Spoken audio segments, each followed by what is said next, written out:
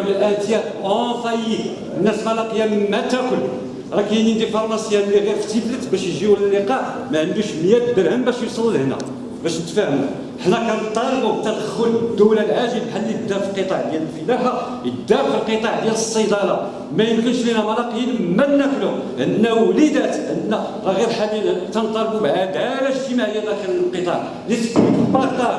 ليسبري بارطاج، كاينه ناس، كاين لوبيات رافضه هذا الشيء هذا. كنعاود كنطالبوا باعاده هيكله القطاع بقوانين تنظيميه كتسمح بالبارطاج في القطاع. ما يمكنش واحد كيكسب الملايير وواحد ما لاقي ما ياكل ومهدد بالسجون ومهدد بالافلاس، وعايش دخلوا الصيادله في حاله مزريه، حاله اقتصاديه جد مزريه. وكنغتنم هذه الفرصه هذه بما انه معنا برلمانيين، درنا لقاءات تواصليه مع الساده البرلمانيين، درنا لقاء تواصلي، طلبنا لقاء مع السيد وزير الصحه، استقبلنا مدير الديوان مشكورا عبد الرحمن بن نصر تفهم المواضيع ديالنا، طلبنا لقاء مع بوانو، اتصلنا بالسيد بوانو وراه الملف عندهم في مدينه تماره عند سعد حازم البرلماني، وطلب منا لقاء مع وزير العدل باش يدخل لوقف هذه المجازر ضد الصيادله الصغار اللي كيمارسوها اللوبيات، اللي كيمارسوها الفاسدين في هذا القطاع،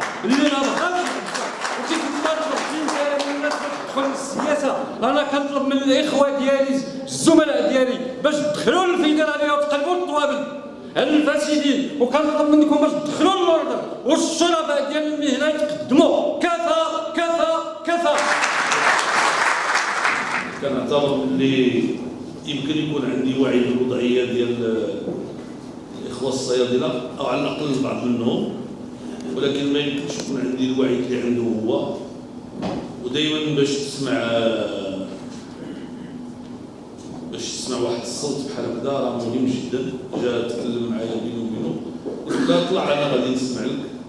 انا دابا سمعت لك غادي نشوف هاد على الاخوه الصيادله في المكتب، غادي نشوفوا ندرسوا الوضعيه بالتفاصيل، لانه ما تنعرفش التفاصيل. ما غاديش نعاود نرجع دابا عاوتاني صافي. دابا ديزون كو لو ميساجي اريفي غادي نعاود نشوف ولا كانت شي حاجه اللي خصها تدار واللي غادي يكون فيها الانصاف ديالكم ولا الاسعاف ديال بعض الاخوان اللي الوضع ديالهم لا يحتمل، راه هذيك مسؤوليتنا فعلا، راه مسؤوليتنا والواجب علينا. وغنقول لكم واحد القضيه راه بلا جهل.